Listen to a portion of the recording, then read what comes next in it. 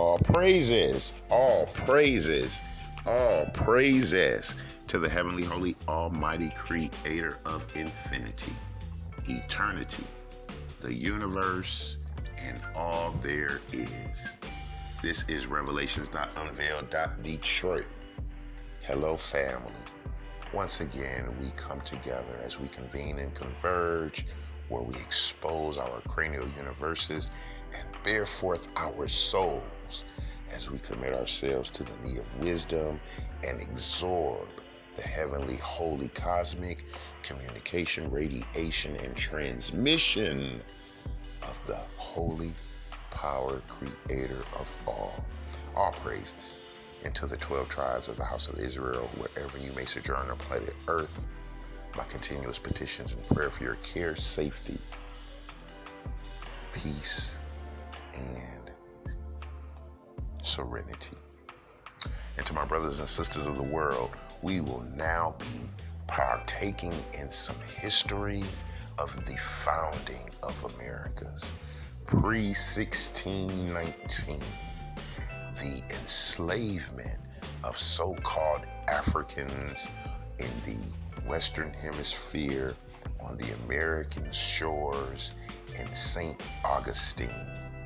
And so, with America commemorating the so-called 400-year anniversary of Africans arriving in America, we will now increase and expand our historical understanding of our presence as the actual sons and daughters of Zion, the black, quote-unquote, Hebrews, the tribe of Judah, the 12 tribes of Israel, and how we are fulfilling and understanding the revealing of prophecy that we will be scattered into all lands of the earth, and the modus operandi, or the order of operations of our diaspora, would be by ship.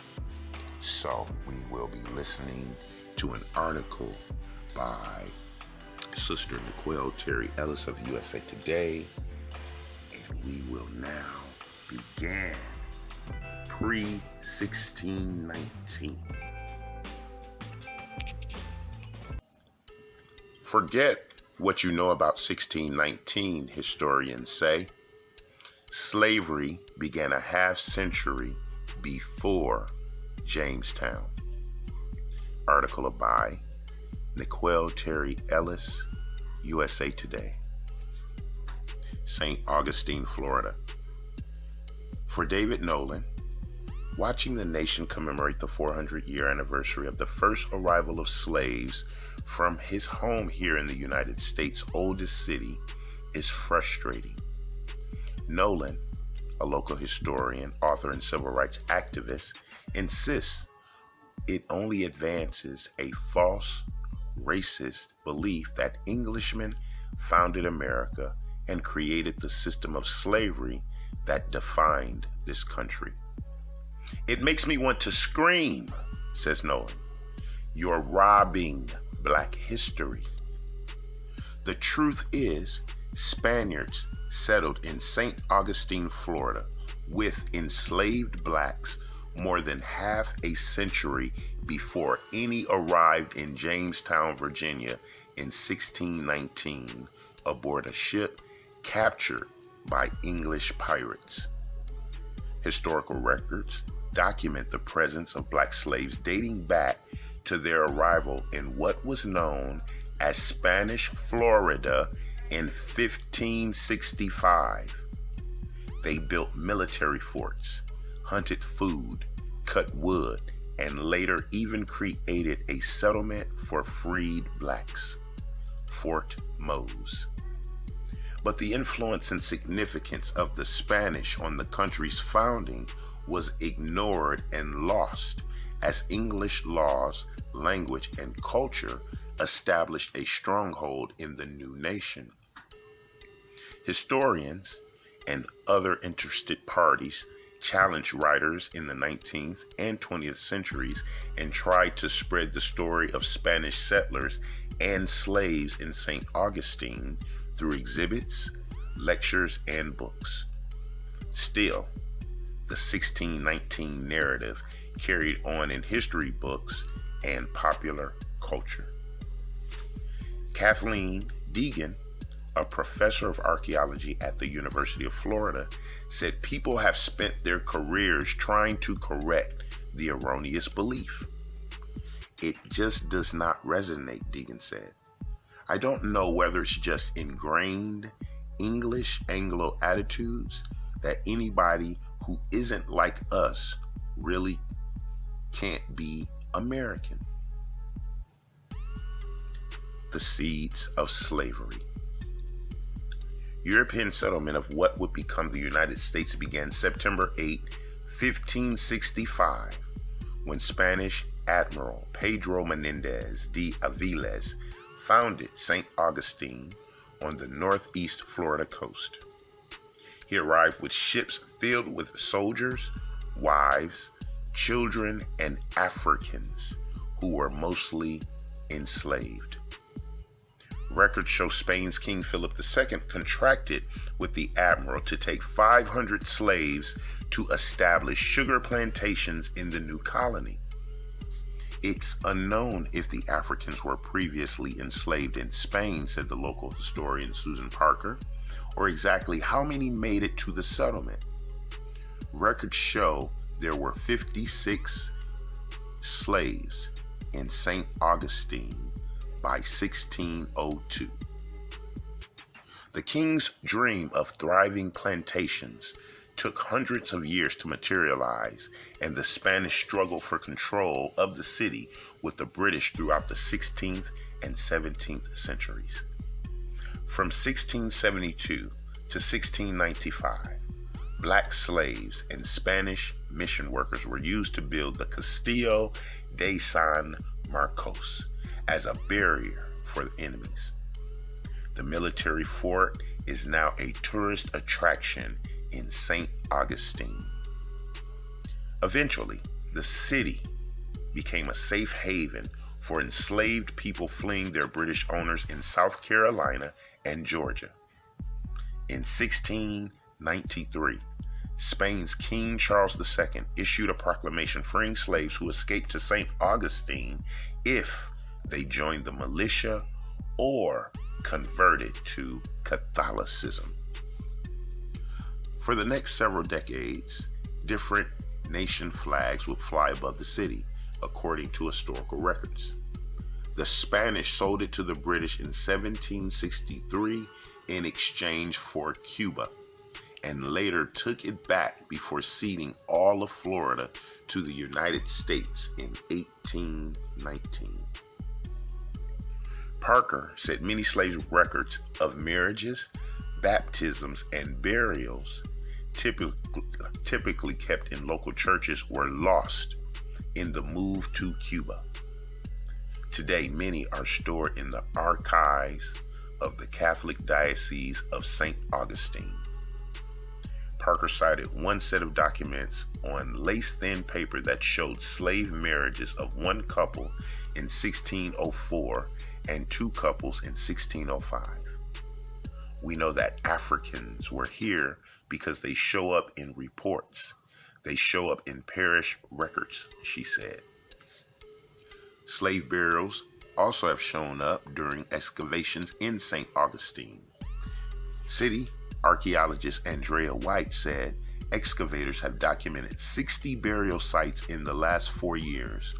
Many bodies were wrapped in shrouds fastened with straight pins. Modern day St. Augustine.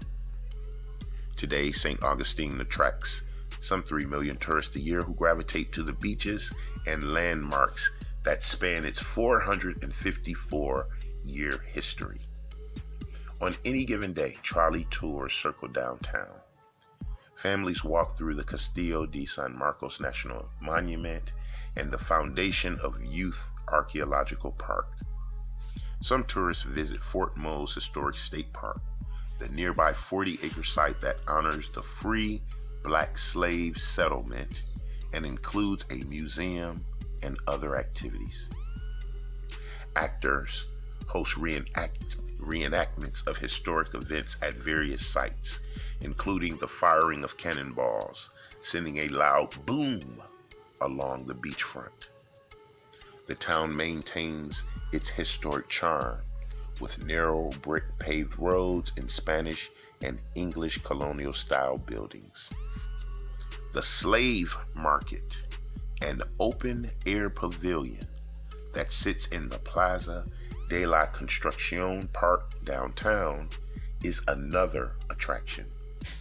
It has been documented as a place where slaves were sold in the 19th century, according to Nolan.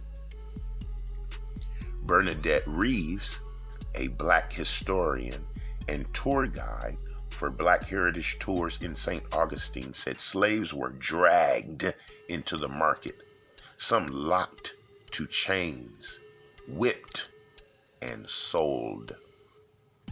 Other historians, however, dismissed the ideas that slaves were sold at the pavilion. Parker said the market sold food and clothes. The pavilion is surrounded by vestiges of other more recent historic events, including the Andrew Young Crossing, depicted by several bronze footsteps that memorialize the 1964 attack of the civil rights leader by a white mob as he led a march through the city. There's also a St. Augustine Foot Soldiers Monument honoring other participants of the civil rights movement, as well as a Confederate memorial remembering those from St. Augustine who died in the Civil War. There is so much history here, said Reeves, who leads most of her tour groups through the plaza. Here in St. Augustine, I don't let people forget about it.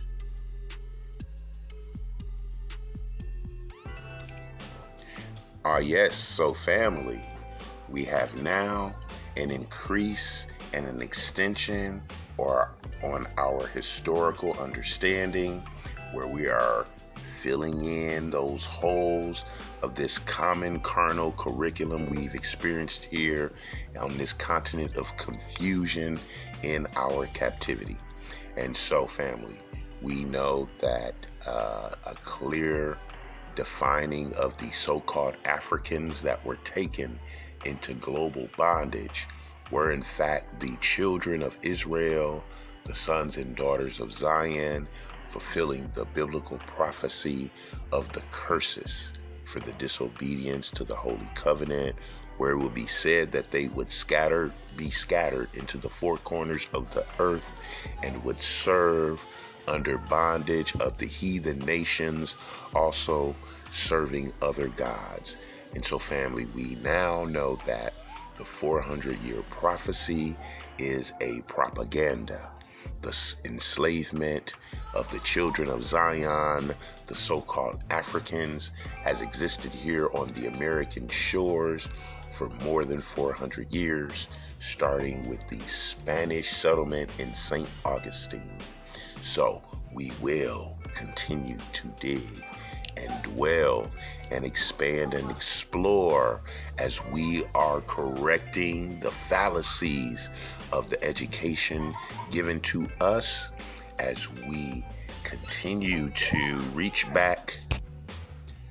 So as the increasing light comes into our spiritual eye and our spiritual ear is now open, we will continue reaching back to the covenant. We will continue establishing our true identity and heritage, and we will understand the global tool of white supremacy as used as a biblical prophetic tool for correction, for reproof, and to bring back the children of the promise. So, family, we shall reconvene in love and safety and joy and continue our explorations of the secular and spiritual wisdoms of the world. And until we are together again, I love you. I love you. I love you. This is Revelations.Unveiled. Detroit.